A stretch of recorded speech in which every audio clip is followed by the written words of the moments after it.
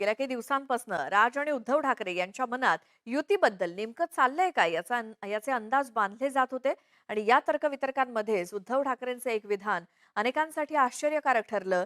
जे महाराष्ट्राच्या मनात तेच आमच्याही मनात असं म्हणत त्यांनी ठाकरेंच्या युतीचे सकारात्मक संकेत अधिक बळकट केल्याचं दिसतंय. राज आणि उद्धव ठाकरेंची युती दृष्टीपथात, जे महाराष्ट्राच्या जनतेच्या मनात आहे ते होईल. ठाकरे प्रेमींची इच्छा पूर्ण होणार. संदेश कशाला, मी बातमीच देईन ना तुम्हाला. 2 दशकांनी दोघे भाऊ एकत्र येणार. माझ्याकडे शिवसैनिकांच्या मनात कुठेही संभ्रम नाही आणि जे काही त्यांचे सुद्धा सैनिक एकमेकाच्या आमच्या संपर्कात आहेत त्यांच्याही मनात संभ्रम नाही. ठाकरे बंधूंच्या युतीची ही ब्रेकिंग न्यूज लवकरात लवकर मिळण्यासाठी ठाकरे प्रेमींनी देव पाण्यात ठेवायला सुरुवात केलेली असेल. उद्धव ठाकरेंनी कार्यकर्त्यांच्या मनातली गोष्ट बोलून दाखवल्यानं अनेकांना आता ठाकरेंची युती दृष्टिक्षेपात आली असंच वाटू लागलं असेल. गेले 2 दिवस राज्याचं राजकारण ठाकरेंच्या युतीच्या बातम्यांनी व्यापून गेलंय. खर तर काही दिवसांपासून ठाकरे बंधूंच्या टाळी आरोळीचे फक्त प्रयत्न सुरू होते, पण थेट कुणीच बोलत नव्हतं. त्यामुळे युतीवरनं ठाकरे ब्रदर्सची ग्रेट भेट कधी होणार याचीही प्रतीक्षा लांबत होती. या सगळ्या गोष्टींविषयी अनेकांची मनं तळ्यात मळ्यात असताना उद्धव ठाकरेंनी मात्र थेट मन की बात शेअर केली. मनसेकडून सांगितलं जात आहे की युतीचा प्रस्ताव पाठवा. चालू आहे का? जे महाराष्ट्राच्या जनतेच्या मनात आहे ते होईल. जे महाराष्ट्राच्या जनतेच्या मनात आहे ते होईल. ठाकरे महाराष्ट्राच्या राजकारणात कधीही आउटडेटेड न होणारा ब्रँड असल्यानं या बातम्यांमध्ये फक्त राजकारण्यांचाच नाही तर माध्यमांना सुद्धा कमालीचा रस आहे. सिनियर ठाकरे एकमेकांसोबत राजकीय जवळीकीचा प्रयत्न करत असतानाच जनरेशन नेक्स्टचे प्रयत्नही लपून राहिले नाही. आदित्य उद्धव ठाकरे आणि अमित राज ठाकरे यांच्या कालपर्वाच्या विधानांमुळे काहीतरी सकारात्मक घडतंय याचाही अंदाज बांधला जाऊ लागला. आम्ही आमच्याकडून प्रतिसाद दिलेला आहे. आमची भावना हीच आहे की मराठी माणसासाठी असेल, महाराष्ट्रासाठी असेल, महाराष्ट्राच्या हितासाठी असेल, जर कोणी सोबत यायला तयार असेल तर आम्ही त्यांना सोबत घेऊन महाराष्ट्र हितासाठी लढत राहू. पहिली गोष्ट आपण ही पाहिली असेल, काल परवाकडे आमचे दीपेश म्हात्रे आणि त्यांनी तिकडचे राजू पाटीलजी या दोघांनी तर एकत्र आंदोलन केलेलं आहे. लोकांच्या मनात काय आहे हे आपल्याला माहिती आहे. आमचं मन साफ आहे. जे कोणी महाराष्ट्र हितासाठी कुठचाही पक्ष असो, कुठचाही नेता असो, आमच्या सोबत यायला तयार आहे. आम्ही महाराष्ट्र हितासाठी एकत्र येऊन लढू.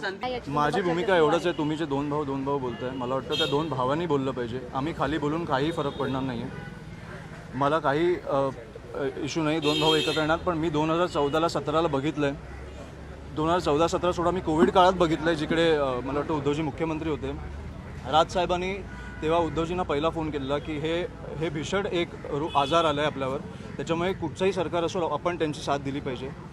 आणि मी अनेकदा बघितलं हे फोन कॉल. तो मला वाटतं त्यांची इच्छा असेल तर त्यांनी फोन करावा. हे मीडियासमोर बोलून किंवा वर्तमानपत्रात बोलून काही अशा युत्या होत नाही. या सगळ्या घडामोडींमध्ये संजय राऊतांनी ठाकरे बंधूंच्या संवादाबद्दल एक विधान केलं आणि अनेकांना विचार करायला भाग पडलं. बघा, ही जी मुलं आहेत सगळी त्यांच्या जन्माच्या आधीपासून हे 2 भाऊ आहेत ना.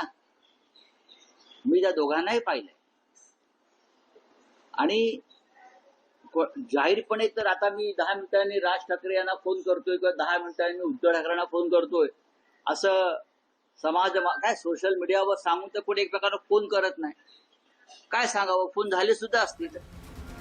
एकीकडे दोघे भाऊ एकमेकांना साथ घालत असताना दुसरीकडे स्थानिक पातळीवर कार्यकर्त्यांनी सुद्धा मनोमिलनाची तयारी दर्शवली आहे. त्यामुळे नेत्यांसोबत कार्यकर्त्यांचाही पॅचअप मोड ऑन झाल्याचं चित्र आहे. आमची सर्व शिवसैनिकांची कळकळीची विनंती आहे उद्धव साहेबांना की आज जर हे जे राजकारणात चिखल झालेलं आहे, जर हे सुरळीत आणि सुसंस्कृत महाराष्ट्र घडवायचा असेल तर दोघं ठाकरे बंधू राजसाहेब असतील, उद्धव साहेब असतील यांनी एकत्र येणं ही काळाची गरज झालेली आहे. आज जी काही प्रतिमा भेट दिली आहे, हिंदुत्व अधिक ठाकरे आणि बरोबर महाराष्ट्र, हे समीकरण जर घडलं तर निश्चितच ह्या महाराष्ट्रामध्ये ठाकरे ब्रँडच चालणार.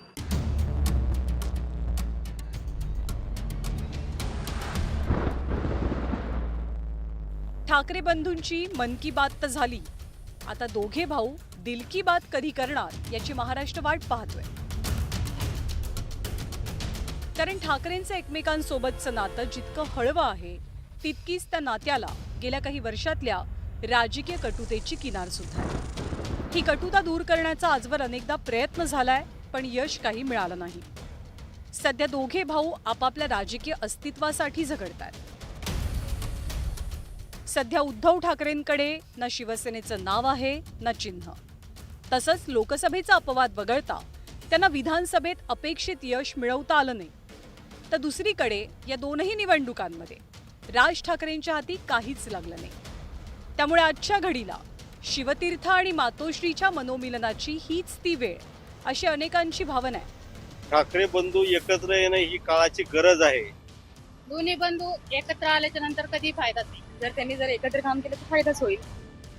डिफरंट असं लँग्वेजसाठी त्याच्यासाठी असं वाटतंय की दोघा भावना एकत्र यावं लावलं. त्यामुळे चर्चेच्या सगळ्या गुऱ्हाळात आता राज ठाकरे आपल्या दादूकडे जातात की थोरलेपणाच्या नात्यानं उद्धव त्यांच्या राजाला साथ घालतात, याचीच महाराष्ट्राला प्रतीक्षा असेल. Bureau report, news 18 Lokmat.